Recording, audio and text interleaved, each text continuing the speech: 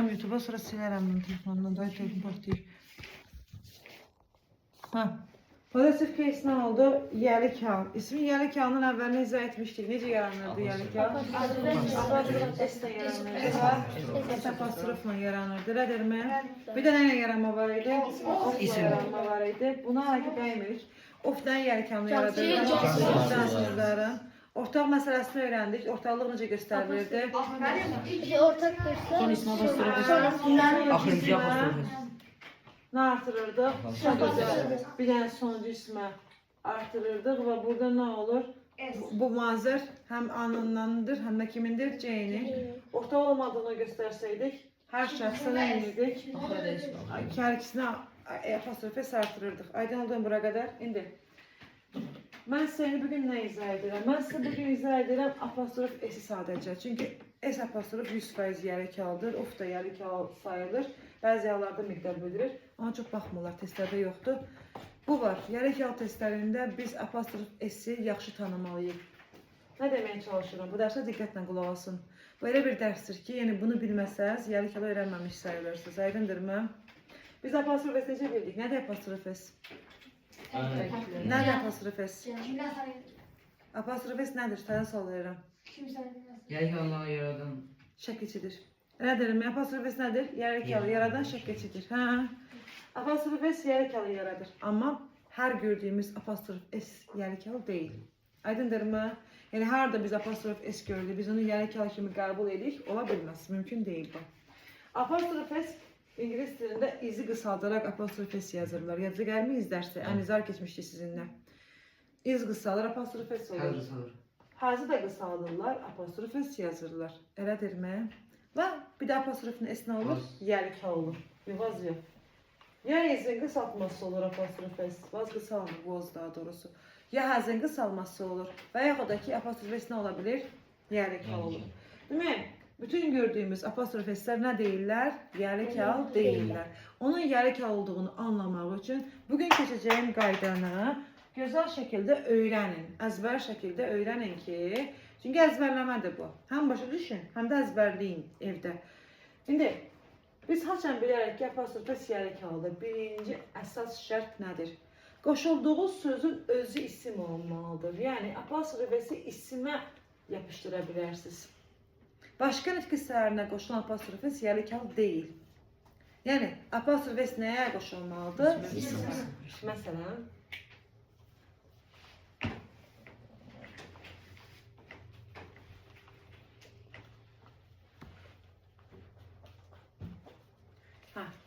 bunlardan hansı yarıkalıdır? Birinci. Sadəcə İsmi birincisi. qoşulur. Nədirmi? Bu isim deyil. Zeyər nə deməkdir? Var. Bu yarıkalı ola bilməz. Bu yarıkalı ola bilərmi? Xeyr. Xeyr, ola bilməz. Bunu yazıram bəs. Olar. Şi isimdir. Yox. Şi əvəzlikdir. Əvəzlikdir. O, bu, onlar, bunlar, mən, sən, o, biz, siz, onlar, bunlar əvəzliklərdir. Nədirmi? Bu yarıkalı ola bilərmi Rəvana? Ha? Qulaq asın. Diqqətlə qulaq asın. Yarıkalı. Apostrof S yarıkalıdırsa birinci şərtimiz nədir? Qoşulduğu sözün özü isim olsun. Başqa nitq hissələrinə qoşulubsa yarıkalı deyil o. Sizcə bu yarıkalıdırmı? Let adı. Let qoymaq, icazə vermək deməkdir. Xeyr. Sizcə yarıkalıdırmı bu? Xeyr. Elədirmi? Bəs bu? Kuş. Yarıkalı ola bilərmi? Bəli. İsim. Bu yarıkalıdır. Şərtimiz nə idi? Dedik ki, ismə qoşulsun. Bu yarıkalıdır.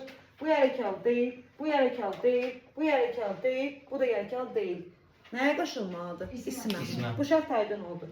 Birinci şərt nə idi? Qoşulduğu sözün özün olmalıydı. İsim. Birinci şərtimizi yazar bura. İsimə qoşulmalıdır. İsimin özündə apostrof S olmalıdır. Yəni mütərcimdə İngiliscədə yazar bunu. Noun apostrof S. İkinci şərtimiz nədir? Deyirik ki, ismə qoşuldu. Hə, ondan sonra da bir isim gəlməlidir. İsim olmalıdır. İki isim birləşdirməlidir. Və yaxud sifət isim gəlsin. Amma isim gəlsin. Aydındırmı? Və yaxud say isim gəlsin. Amma isim gəlsin. Aydındırmı? İsim gəlsin. Başa düşdünüzmü? Hə? Aydın oldu mu? Apostrof S nəyə qoşulsun? İsmin özünə. Ondan sonra yerine gelsin. İsim. İsim. Sifət, isim. Say, isim. Sonra yazılar feili sifət isim. Feili sifət Yanında gel və isim. Yenə də nə olacaq? İsim. Feili sifətlər biz nələrdir? Məsələn, sınmış. Sınmış feildir də. Feildir amma hansı? Sınmış vaza. Sınmış burada sifətli yoxsa feildir? Sifət kimi işlənir, feil kimi işlənir. Her bir. Sıfat. Sanmış. Bax, məsələn deyirəm, oxuyan uşaq deyirəm. Oxuyan burada sifətli feildir. Sıfat. Feili sifətli əslində. Elə deyirəm, oxuyan. Hansı? Oxuyan. Başa düşdünüz necə? Saqqız çeynəyən qız deyirəm məsələn. Saqqız çeynəyən burada feil yoxsa sifətdir. Necə? Hansı qız? Penis Hansı qız? Saqqız çeynəyən nə deyirdi? Feili sifətdir də. Feil sifət odur. Başa düşdünüz necə? Yəni nə olur orada? Ondan sonra isim gəlsin. Sifət, isim, say, isim, isim. Ancaq nə gəlməlidir? İsmin özü. İndi. Bir də ki, nə olmalıdır? İsmə qoşulmalıdır, bu yaxşı. İlk baxışdan bunlar hamısı nəyə oxşayır? Gəlik hala oxşayır. Elədir məyəm? Hadi. Öncə yazıram.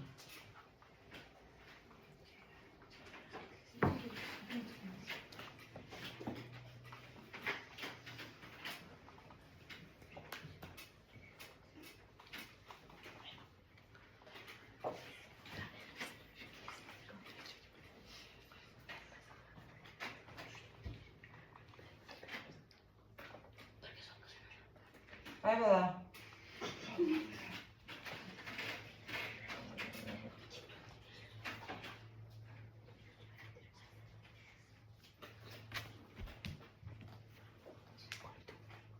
Here, asserting.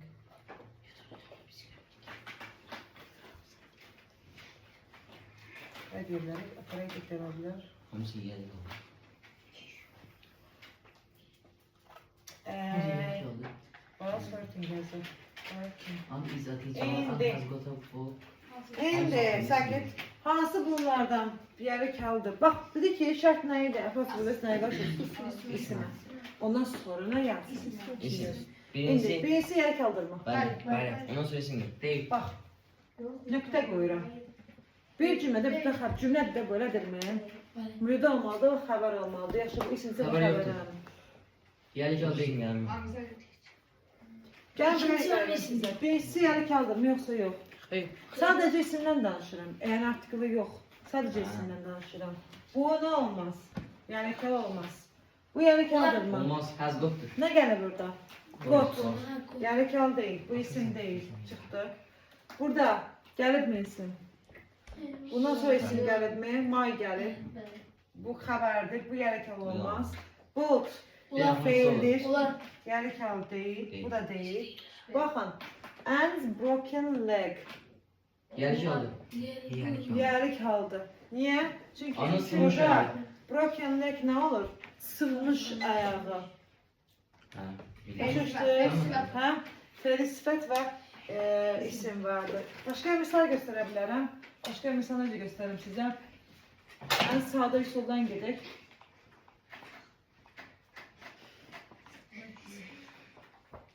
Yerli oldu. Bu yere kalır yoksa değil. Yerli oldu. Yere kalır yoksa değil. Ha, altın yere kalır. Yerli oldu. Böyle, nece böyle izah edersen onu? Çünkü ondan sonra cümlenin ondan sonra isim geldi. Ondan sonra isim gelmiştir. Hangi isim gelmiştir? Ha? Father, father, and father was working. Şərtdən adınız mı? Nəyə başlamalıdır? İsmə. Ondan sonra isim, sifət, isim, say, isim, sifət, isim. Aydındır mı? En sadası hansıdır? İsimə qoşulub bir ondan sonra gəlmişdir isim. Hansı hallarda apostrofe yarıkalı değildir? Baxa qala, hansı halda değildir? Eğer varsa yarıkalı değil. Apostrofesindən sonra. Got varsa yerli oldu. Got varsa yarıkalı değil. Fiiller varsa yarıkalı değil. Sonra my varsa yarıkalı değil. Hansılardır? My, Yarı- your, his, his, her. her, Yarıktan sonra our. yine de yarık gelmez o. Yarık gelir. Yerli Yani biraz söz geldi. yarıkalı olan sözler geldi. Yarıkalı değil. Sonra Sonra sadece rəqəm gələndə sizcə yələk ola bilərmi? Olmaz. İsim olmalıdır, elədirmi? Sadece sifət gələndə yələkal deyil. İşarə vəzifələri var, zis, zət, zis, sos tipli. Bunlar yələkal ola bilməz. Yəni bunlar gəliblərsə o yələkal sayılmır artıq. Aydın oldu mu? Sonra already just var. Already nə deməkdir? Artık. Artıq nə bildirir? Zaman bildirir də, hə? Just var məsələn, indicə. Ever, never var. Aydındırmı? Bunlar nə sayılmazlar? Yələkal sayılmazlar. Let's nə olmaz? Yələkal sayılmaz. There's nə olar? Yələkal sayılmaz. Going to. Going to isimdir. Değil. Xeyr, deyildir. Ona görə nə olmaz? Yələkal hesab olunmaz. Hə? Murat Bey değil. Going to yox. Going to yələkal deyil. Aydın oldu mu? Fond of var məsələn. Fond of gəlirsə, bu nə deyil uşaqlar? Yələkal deyildir. Səhifə neçədir o? 25-i. Başdan başlayırsınız, axıra qədər öyrənirsiniz. Əzbər öyrənirsiniz. Aydındırmı? Birinci balaca qutu deyir ki, səhifə 20, neçədir bu? 28. Şaşdım, başlayın. Səhifə 28-də səhifəni başdan tutursunuz, axıra qədər nə edirsiniz? Öyrənirsiniz. Aydındırmı? Yəni, bu səhifə tam öyrənilsin. Birinci qutu, balaca qutu nəyə göstərir? Yəlikaldır, yəlikal hesab olunur. Elədirmi? Hansı halda? İsmə qoşulmalıdır, ondan sonra isim gəlməlidir. İkinci böyük qutuda, böyük deyil o qədər də, haçan yəlikal olmaz. Artikellar, işarə əvəzlikləri, zissət, zissos, my, your, his, her, just, ever, never, already, going to, fond of, sonra theirs, its, let's tipli sözlər nə olmazlar? Yələkal olmazlar. Aydındırmı? Bir dənə qəşəng qeydimiz qaldı. Yələkal olan qaydalar hansılar? Təkrar intizdən. Yələkal açın yələkal sayılırdı. Apostrof açın yələkal sayılırdı. Nə gəlməli? İsim gələrsə, say isim gələrsə, nə demək? İndi belə bir şey var. İngilis dilində belə bir şey var. Ayıncı şəkilçisi qəbul etmiş bir fe'l. Məsələn, yazıram reading. Ayıncı şəkilçi qəbul etmiş bir fe'l cümlədə müxtəlif funksiyaları daşıya bilər. Onlardan biri də özünü isim kimi aparmasıdır, gerund olmasıdır. Gerund deyə bir qayda var ingilis dilində, gerund. Gerund yazır. Aslında gerund deyə bir ad yoxdur. Gerund deyə bir qayda var ingilis dilində. Gerundda olan, gerund formasında olan fe'llər isim kimi davranan fe'llərdir. Özünü isim kimi aparılır, isimləşmiş fe'llərdir. Reading oxuma, nə? Mənim oxumağım, my reading. Hansı sual cavab verir? Necə? Mənim kimidir? Nə? Nədirmi? Mənim oxumağımı bəyənmədilər. Nəyi bəyənmədilər? Oxumağımı. Başa düşdünüzmü? Yəni oxumaq hansı sual cavab verdi? Nə? Elədirmi? Mən xoşlayıram kitab oxumağı. Nəyi xoşlayıram? Kitab oxumağı. Demək, gerund hansı sual cavab verir? Nə sualına cavab verir? Gerund necə yaranır? İnglə yaranır. Elədirmi? Sizcə indi sual verirəm. Apostrof S-dən sonra gələrsə gerund. Yələkal olar yoxsa olmaz? Olmaz. Necə? Apostrof S-dən sonra gerund yazsam, yələkal hesab Olmaz. olarmı? Dinləyə. Olar. Ans, reading. An oxumağı. Olar olmaz? Olar. Olar. Bax, birinci şərtdə. Yəni qayda birinci şərtdə, qayda birinci şərtdə. Bizdə ki, apostrof S-dən sonra nə gəlsə yəlikaldır? Bu nədir bəs? Oxumaq, fe'l. İsimləşmiş sifət. Fe'l. İsimləşmiş fe'l. Bu da fe'ldir, bu da isimdir də. İsimdir bu. İsimləşmişdir. Biz belə nə deyirik? Gerund nədir? Nə oldu ya? Gerund nədir? Nə izah etdim? Gerund nədir? Nə? Nə sonra? İsimləşmiş fe'ldir. Siz harda nəyə qulaq asırsınız? Gerund nədir? İsimləşmiş fe'ldir. İsimləşmiş bir feildir. Yəni özünü isim kimi göstərən bir feildir. İsim kimi davranan bir feildir. Başa sala bilmədim? Hə? İsim kimi davranırsa isimdir. Və özünü isimdir əslində. İsim kimi işlənən bir feildir. Aydındırmı? Gerund gələrsə apostrof S-dən sonra yələkal olar yoxsa olmaz? Olur. Olar da. İsim sayılır da bu. Başa düşdünüzmü? Hə? Apostrof S-dən sonra gəlməliydi isim. Bir də nə gələ bilər? Gerund. Gerund da gəlsə düzdür. Çünki gerund hansı suala cavab verir? Nə? Nə nəyin sualıdır? İsmin sualıdır. Gerund nə oldu? İsim oldu. İndi iki cümlə yazıram bura. And reading yazıram. Mən sizə bir şey keçmişdim. Davidən zaman keçmişdim. Elə deyirəm. Birisi O da buna damarın oxşayır. zamanında birisi. O da buna oxşayır. Hə? Ən izli də ola bilər. Hər ikisi eyni yazmışım. Hər iki aralarında fərq görmürəm. Elə də görmürük daha doğrusu. Elə deyirəm. Bir dənə diqqətdən baxın. Damarın Tərcümə etməyin. Dayan bir dəqiqə. İndi mən bu cümlənin davamını yazıram.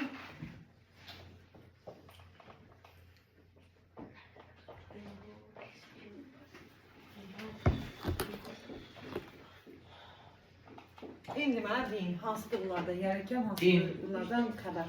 Üstteki yerli kaldı. Xətcə izlə. Ama üstteki yerli kaldı çünkü üstteki yerli kaldı çünkü orada boz var. Yok. Birinci yerli kaldı. Çünkü orada boz var. İz işlenebilmez.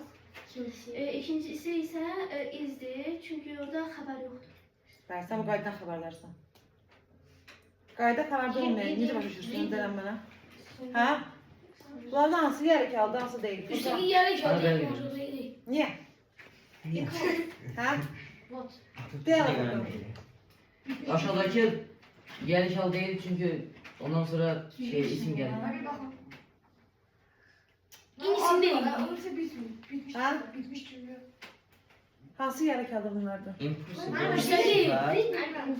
Üstteki geliş al. Ben diyeyim. Ben İz abla değil cümle Şey, birincisi yelkal değil, ikincisi yelkal. Çünkü birincisinde isimleşmiş sıfat vardı. Eğer reading impossible olsaydı, was orada olmasaydı, onda yelkal olardı. Hansı qadın yarık aldı? İkincisi. Deyərsən hansı yarık Birincisi aldı? geldi. Yani ikincisi. Birincisi. Birincisi. Nurcan desin. Birincisi. Birincisi. Niyə? Niye? Çünkü orada boz var. Birincisi değil. Sarı İz daha abla değil yaxşı. cümle işler. Sarı daha yaxşı alır. Niyə? Çünki satıyorsan maraqlıdır. Sadık Uşaqlar, bizdə ki, ING nə kimi çıxış edə bilir? İsim kimi. İsim kimi. İndi bu cümlələrin birindədir bu ING, isim kimi çıxış edən ING. Elə deyilmə, necə taparıq onu? Xərcən izləyir, çünki xərcə yəqin ki, mən də bizdən öncə qrammatikanı öyrənib deyə bilir. Biz necə bilərik ki, bu haçan gəlikdir, haçan gəlik deyil.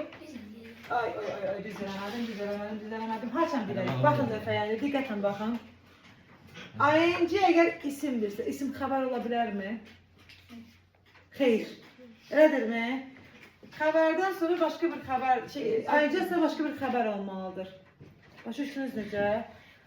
Yəlik al, birincisi yəlik aldır. Əgər deyirik, ingdən sonra xəbər varsa, o 100% yəlik aldır. Aydındırmı? Hə?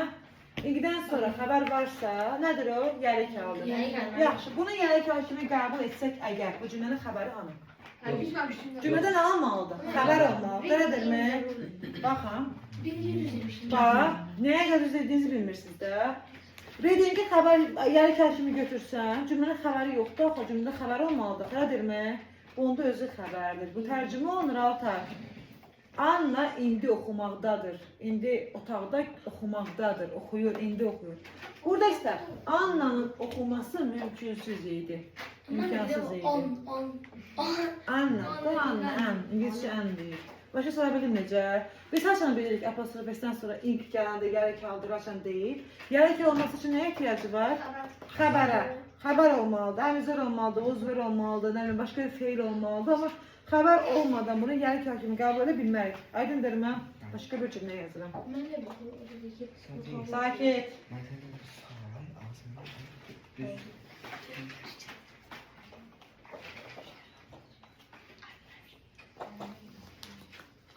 Bu cümləyə baxın indi. David is smoking. İndi bu cümlə yərik aldır yoxsa deyil? Değil. Niyə deyil? Cümle Xəbər yoxdur bana bacım. Ay sağ ol. Bu nədir uşaqlar? Bu özü nədir? Xəbərin özüdür. Bu cümlədə xəbər yoxdur. Gəl onu bunu gərək ala çevirək. Is working. Worried his mother. Anasını narahat etti. Ay sağ ol. Burada xəbərə baxın ala. Bu nə oldu indi? Hə?